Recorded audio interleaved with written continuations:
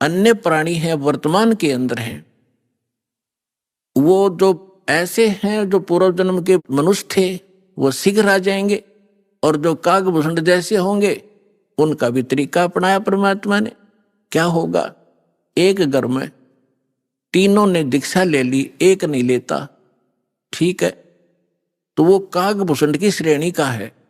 अब उसके लिए मालिक ने क्या दया करी है, घर में आरती चलेगी, कोई मंत्र करे इधर बैठ के, कोई करे इधर बैठ के, सत्संग चलेगा, ना चाहते हुए कभी देखा जरूर गा, सुनेगा, है बैठ के वैसे बैठा लेंगे, बैठता जा तू नाम मत लिए तो सुनेगा, तो कभी ना कभी उसके भी कागभूषण की तरह इच्छा बनेगी, उसके पाप नरमावेंगे।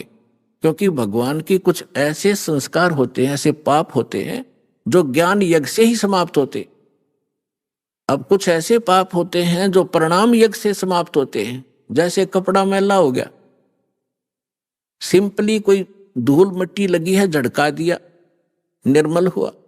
थोड़ी बहुत और मैल लगा है तो वैसे पानी में से निकाल दिया तो भी ठीक हो गया। और भी ज्यादा मैला है तो साबुन प्रयोग करना पड़ता है, और भी ज्यादा कहीं कोई दाग लगा है तो ड्राई क्लीन करानी पड़ती है, तो वो तब निर्मल होता है। हमारे युगों युगों के अंतःकरण के अंदर बड़े धब्बे लगे हुए हैं, अंतःकरण में हमारे पाप जमा है, तो उन पापों के नाश के लिए ये सब प्रक्रिया आपकी यहाँ कराई जाती है। 5 यज्ञ कराई जाती हैं आपसे। एक यज्ञ है धर्म की। कुछ ऐसे पाप होते हैं जो धर्म करने से ही अक्षीण हुआ करते हैं। एक यज्ञ है धर्म की, दूसरी यज्ञ है ध्यान, परमात्मा का चिंतन, मीन ध्यान, उसकी कसक बने, उसकी एक न्यारी आपको याद बनी रहे, उसको ध्यान कहते। और तीसरी यज्ञ है हवन की। यहाँ पर एक ज्योति यज्ञ किया जाता है, ज्योति हवन कराया जाता है। तीसरी यज्ञ हवन की, चौथी यज्ञ प्रणाम, दंडवत प्रणाम कराया जाता है, जिससे अहंकार नाश होता है और कुछ पाप इस प्रणाम यज्ञ से ही नाश होते। और 5वीं यज्ञ है ज्ञान की। इस ज्ञान के सुनने से, कथाओं के सुनने से भी आपके बहुत से पाप अक्षीण होते हैं। अब जिस व्यक्ति को आप प्रारंभ में चर्चा करते हो परमात्मा की, तो वो नहीं ग्रहण करता, उठ के चल पड़ता है। कबीर साहब कहते हैं, कबीर पिछले पाप से हरि चर्चा ना सुहावे, और कै ऊंगे कै उठ चले ना और बात चलावे। जैसे किसी कर्महीन प्राणी से, संस्कारहीन प्राणी से आप भगवान की चर्चा करने लगते हो, और वो आपका विशेष मित्र भी हो, विशेष नाती भी हो। अब जो ऐसा वैसा व्यक्ति होगा तो 2 बात सुनते उठकर चला जाएगा, ठीक है मैं फिर आऊंगा, मुझे काम जरूरी है, क्योंकि उसको वो अच्छा नहीं लग रहा, उसको सुहा नहीं रही। और कोई ऐसा मित्र होगा कि उठ नहीं सकता तो नींद आने लग जाएगी, लटके लेगा थोड़ी देर में। या फिर कोई विषय बदल देगा कि सुन मेरी बात सुना, सा है वहां फलाना था, सा फलाना था, वहां जाना है, वहां चलेगा। वो सुन ही नहीं सकता क्योंकि उसको वो अच्छा नहीं लग रहा। तुलसीदास जी कहते हैं, तुलसी पिछले पाप से हरि चर्चा ना भावे। भावा माने अच्छी नहीं लगे। जैसे कहते हैं मैंने, मुझे रोटी नहीं भाती, मुझे नहीं अच्छी लगती। तुलसी पिछले पाप से हरि चर्चा ना भावे, और जैसे जवर के वेग से भूख विदा हो जाए। अब जिस व्यक्ति को बुखार हो गया हो, जवर हो जाए, मलेरिया, तो उसको न कोई भी पदार्थ है वो कड़वा नजर लगता है, महसूस होता है। जैसे रोटी खाएगा, एक टूक एक ग्रास नहीं खा सकता, वो कड़वा लगता है, थूकने को दिल करता है। ना काजू खा सकता, ना किशमिश खा सकता। मनुखा दाग को भी कड़वी बताता है। अपने आत्माओं ना मनुखा दाग कड़वी है, ना वो भोजन कड़वा है, ना खीर कड़वी है। कड़वा क्या है कि उसके बुखार ने, जवर ने, टेम्परेचर ने उसके शरीर की व्यवस्था इतनी बिगाड़ दी कि उसको मीठी वस्तु भी कड़वी लग रही है। अब उसका ट्रीटमेंट क्या है, उसका विकल्प क्या है कि उस मलेरिया बुखार को नरम करना पड़ेगा। बुखार उतरे बिना वह वस्तु स्वादिष्ट लगे नहीं। अब रोटी कड़वी लग रही है, मनुखा दाख कड़वी लग रही है, तो उसका ट्रीटमेंट क्या है? कड़वी गोली ही खानी पड़ेगी कुनीन की, और ना चाहते भी खानी पड़ेंगी। और उनके खाने से फिर वो जबर ठीक होगा। जब जबर उतर जाएगा और फिर देखना, सूखी रोटी सब्जी छोड़ भूख लगेगी। जब घर वाले कहे सब्जी बना दो ना, रोटी दे फटाफट, सब्जी तो फिर देखूंगा। और पहले सब कुछ आगे रख देते थे तो भी खाने को दिल नहीं करता था। ठीक इसी प्रकार जो प्रथम बार जिसके ऊपर परमात्मा रजा बख्शते हैं किसी भी कारण से, किसी के माध्यम से सत्संग सुनाने की, तो वो ऐसा व्यक्ति जिसके पिछले पाप कर्म घने बढ़े हुए हैं, तो उसकी आत्मा के अंदर उस जबर के कारण उस मीठी वस्तु परमात्मा की चर्चा ग्रहण करने का वो व्यवस्था नहीं है, वो खराब हो चुकी है। तो उसके लिए क्या तरीका है कि ना अच्छी लगे तो भी सत्संग में बैठा रहे और सुनता ही रहे, जैसे कैसे भी सुनता रहे, चाहे अच्छी लगो या ना लगो।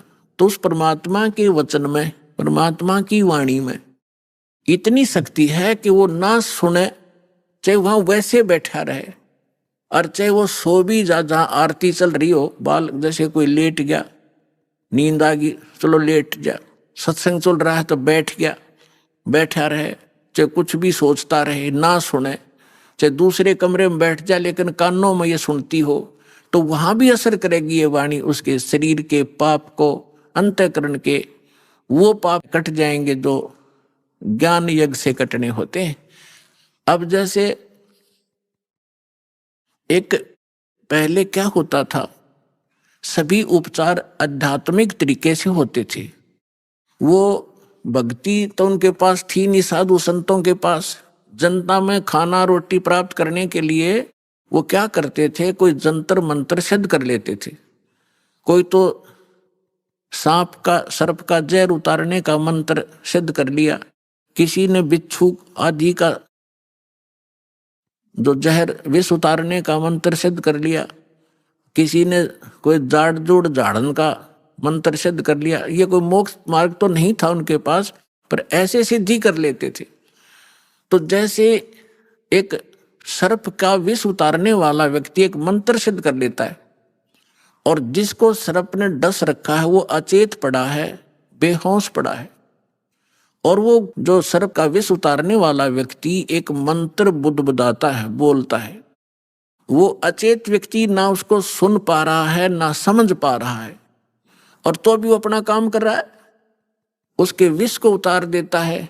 वो व्यक्ति सचेत हो जाता है, उसका जीवन दान हो जाता है।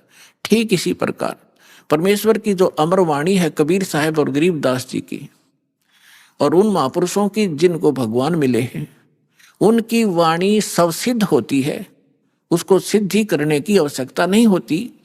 और उस वाणी का उच्चारण जहां भी हो रहा हो, वहां चींटी पर भी, पशु पक्षियों पर भी, पेड़ पौधों पर भी उनका असर हो रहा है। वो दूसरी बात है कि उनके वो धीरे धीरे असर होगा, पेड़ पौधों पर बहुत देर में होगा, पशु पक्षियों पर उनसे शीघ्र होगा, और मनुष्य पर पशु पक्षियों से भी शीघ्र होगा। और उसके बाद फिर वो जो व्यक्ति टर्न वाइज मनुष्य जीवन प्राप्त है, उनको भी परमात्मा इस विधि से अब अपने चरणों में लेंगे। तो जब धर्मदास जी को परमात्मा ने कहा कि भाई अभी ये मूल मंत्र और मूल ज्ञान, ये सार नाम अपने परिवार को भी मत बताना, अब धर्मदास जी को चिंता बनी कि हे भगवान, मेरे को आपने 42 वंश का आशीर्वाद दे दिया, क्योंकि धर्मदास जी एक अच्छी आत्मा थे, लेकिन संसार के व्यवहार में वो घनाग्रस्त था। पहले उनको एक पुत्र था नारायण दास, और नारायण दास निकम्मा था, काल का दूत था, उसने परमात्मा के ज्ञान को ग्रहण नहीं किया, एक भी वचन सुना नहीं, उठकर चला जाता था। तो धर्मदास जी को ये चिंता बनी। धर्मदास जी ने कहा कि भगवान आप तो समर्थ हैं, मेरे पुत्र को शरण में ले लो, इकलौता पुत्र है, काल के हाथों चढ़ जाएगा, इसका जीवन नाश हो जाएगा। तो परमात्मा ने कहा, बे धर्मदास, ये खुद ही काल का दूत है, तेरे घर पर भेज दिया। क्योंकि काल को पता था आप एक अच्छी आत्मा हो, और अच्छी आत्मा के घर पर एक आधा ऐसा व्यक्ति कोई कारण बनाकर काल भेज ही देता है। तो परमात्मा ने लास्ट में अपनी दिव्य दृष्टि देकर धर्मदास जी को उसके पुत्र नारायण दास की वास्तविकता दिखा दी। विकराल चेहरा, लंबे लंबे दांत, ओछा माथा। तो परमात्मा ने कहा कि ये दूत आया हुआ है, काल का स्पेशल भेजा हुआ है तेरी भक्ति नाश करने के लिए। इस बात से धर्मदास चिंतित हो गया कि हे भगवान, ये तो सचमुच, ये तो लड़के के कवर में मेरा दुश्मन बैठा है। फिर उसको चिंता हुई कि हे भगवान, 82 साल की उम्र होगी और अब क्या होगा, और ये तो काल का वंश चल गया मेरे से और पाप का भागी हो गया मैं। तो परमात्मा ने कहा कि ऐसे व्यक्ति का वंश नहीं चला करता। तो परमात्मा बोले, जी इसका नहीं चलेगा तो मेरा भी वंश नाश हो गया। हे भगवान, अब क्या होगा, मेरा क्या होगा, मेरा वंश कैसे चलेगा। तब परमेश्वर ने कहा कि तू चिंता ना करे, तेरे को 42 पीढ़ी दे दी मैंने, तेरा 42 पीढ़ी तक वंश चलेगा। तब धर्मदास जी कहने लगे, इस काल का वंश चलेगा भगवान, इससे अच्छा तो ना चले। यो परमात्मा बोले, नहीं, मैं और तेरे को एक पुत्र दूंगा, उससे तेरे 42 पीढ़ी वंश चलेगा। ये अब इन्होंने गलत व्याख्या कर रखी है, कबीरपंथी जो दामा खेड़ा वालों ने एक भ्रमणा फैला रखी है कि जो दामा खेड़ा की गद्दी से नाम लेगा उसका ही मोक्ष होगा। कबीर साहब ने 42 पीढ़ी को आशीर्वाद दे रखा है, 42 पीढ़ी को नाम देने का आशीर्वाद नहीं दे रखा। धर्मदास की चिंता मिटाने के लिए ये कहा था कि तेरे को 42 पीढ़ी का वंश दे दिया, तेरा वंश चलेगा और मोक्ष उसका होगा जो सद्भक्ति करेगा, पूरे संत जो मेरे अधिकारी संत से लेगा। तो फिर उसको 10 महीने के बाद एक चूड़ामणि उर्फ मुक्तामणि नाम का एक पुत्र उसकी पत्नी से जन्म हुआ परमात्मा के आशीर्वाद से। उनसे फिर उनकी ये 42 वंश चले। फिर धर्मदास जी को चिंता हुई। परमात्मा ने कहा कि अपने वंशजों को भी ये मूल ज्ञान नहीं बताना, मूल मंत्र नहीं बताना, सार नाम नहीं देना। अब धर्मदास जी ने फिर कलेजा पकड़ लिया और बैठ गया चिंता करके। परमात्मा बोले, क्या बात होगी भक्त? कहने लगे, क्या बताऊं गुरुजी, क्या बताऊं भगवान, आपने तो ऐसी प्रतिज्ञा करा दी कि मेरे वंशजों को भी नाम नहीं देना, सार नाम नहीं देना, सार नाम बिन मुक्त नहीं हो सकते, सतनाम भी नहीं बताना। आप कह रहे हो कि पहला पहला मंत्र देना, इनका मुक्ति क्यों करोगी भगवान? लाला जी था वो सेठ, धर्मदास जी बनिए के घर जन्म था उसका, वैश्य था। अब टोटे नफे को घनासी घर समझा था वो, तो उसको चिंता बन गई है, भगवान वंश तो दे दिया आपने, इनका ये पार क्यों करोगे? तब परमात्मा ने कहा कि तू चिंता ना करे, कलयुग के अंदर आगे चल के धर्मदास में एक भक्ति समय आवेगा और उस समय सभी पार होंगे और मैं फिर आऊंगा और तेरे वंशजों को जो मंत्र दे दिया और ये मेरी वाणी पढ़ते रहेंगे ज्ञान यज्ञ, इससे भी मानव शरीर प्राप्त हो जाते हैं, लेकिन मोक्ष नहीं होगा। तेरे वंशजों को प्रथम मंत्र देंगे, मेरी वाणी का पाठ करते रहेंगे, इससे इनको मानव शरीर प्राप्त होते रहेंगे। तब धर्मदास जी ने कहा, जी फिर मानव शरीर का क्या बनेगा जब सार नाम नहीं मिला, सतनाम नहीं मिला था, तो ज्ञान से परिचित हो चुका था वो। तब परमात्मा ने कहा कि आगे चल के जब ये भक्ति योग शुरू होगा तब मैं फिर आऊंगा और फिर तो सारी सृष्टि को पार करूंगा, तेरे बच्चे भी पार होंगे, तेरे वंशज भी पार होंगे। अब क्या बता रहे परमात्मा के धर्मदास, एक बार मेरा और इस काल का, यहाँ के 21 ब्रह्मांड के मालिक ब्रह्म का एक संवाद हुआ था। इसने मुझसे प्रतिज्ञा करा ली थी कि 3 युगों में जीव थोड़े ले जाना और चौथे युग में आप कितने ही जीव मुक्त करा लेना। तो मैंने इसको तथावस्तु कर दी थी, ठीक है, जो तू कह रहा है वो मुझे स्वीकार है। परमात्मा ने कहा कि फिर मैंने उससे कहा था कि जब चौथा युग, जब कलयुग आई, तब हम अपना अंश पठाई। जब चौथा युग कलयुग आवेगा, उस कलयुग की जो बीचली पीढ़ी होगी, बीचली पीढ़ी का समय बताया है परमात्मा ने कि कब ये भक्ति स्टार्ट होगी। बीचली पीढ़ी कहाँ से स्टार्ट होगी? जब कलयुग बीते 5500 पाचा, तब ये वचन मेरा होगा साचा। तो 5505 कलयुग कब बीता है? सन 1997 से। और 1997 में इस दास को परमेश्वर कबीर जी मिले थे। उन्होंने कहा था कि अब ये सारनाम और सतनाम बेटा सार्वजनिक कर देना, मैं तेरे साथ रहूंगा, पूरा विश्व हमारे साथ होगा, सबका कल्याण करेंगे।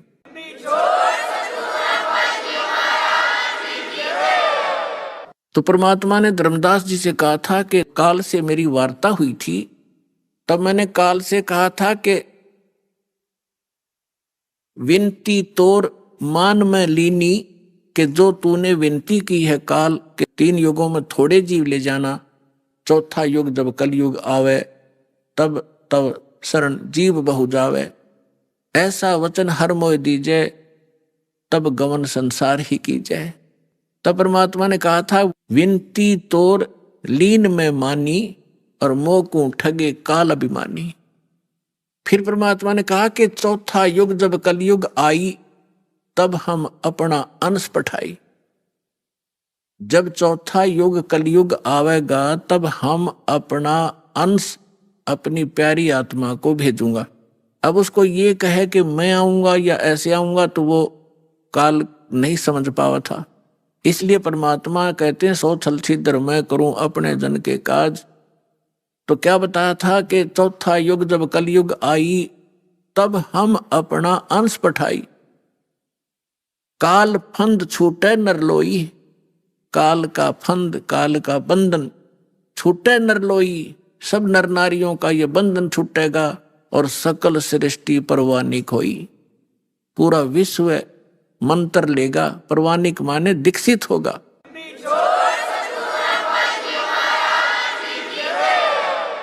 काल फंद छूटे नरलोई, सकल सृष्टि परवानिक होई। और घर घर देखिए बोध विचारा, और सत नाम सब ठोर उचारा। पुण्यात्माओं, यहाँ पर आप देखोगे परमात्मा कबीर जी की महिमा और लीला, एक समर्थ के काम आप देखोगे। अभी तो आप बच्चे हो, फिर हिसाब लगाने लगोगे कि सचमुच ऐसा काम भगवान बिन हो सकता है। आपने गांव में, नगर में, शहर में आज तक कभी कोई पुस्तक बेचने वाला देखा था? परमात्मा के बच्चों के अतिरिक्त कोई प्याज बेच दे, कोई हरी मिर्च बेचता देखा होगा, कोई टिंडे बेचनिया भी मिल रहा होगा, पुस्तक बेचनिया नहीं मिल रहा। बेचना नहीं है, ये तो वैसे एक परमार्थ के रूप में सेवा कर रहे हैं, बेचते नहीं है। इस पुस्तक की कीमत नहीं बता सकते, लेकिन गांव गांव में ये भेज रहे हैं। तो परमात्मा का आदेश है ये, और लेने वालों की कमी नहीं। परमात्मा के बच्चों को प्रेरणा भी परमात्मा ही करता है कि देखेंगे पढ़कर इसमें क्या लिखा है।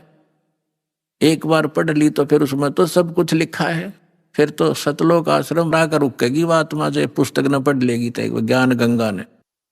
तो परमात्मा ने बोला था उस समय 600 वर्ष पहले, पुण्यात्माओं, उसका एक एक वचन 100 का 100 सत्य होगा, किसी डूम बाट के गीत नहीं, समर्थ का वचन है, जिसके एक वचन से सूर्य और पृथ्वी और सब ब्रह्मांड चल रहे हैं। पृथ्वी एक सेकंड का भी आगा पीछा नहीं करती, अरबों वर्ष हो गए इसने घूमती ने, कोई लुब्रिकेशन नहीं, कोई इसकी मेंटेनेंस नहीं, और कोई इसको घुमाने वाला नहीं। उस समर्थ के वचन से ये चल रहे हैं, सब ब्रह्मांड रुके हैं। उस ब्रह्मांड उस समर्थ का ये वचन है कि घर घर देखो बोध विचारा। बोध माने ज्ञान, भक्ति मार्ग का घर घर में चर्चा चलेगी मेरे ज्ञान की, और सत नाम सब ठोर उचारा। ओए होए,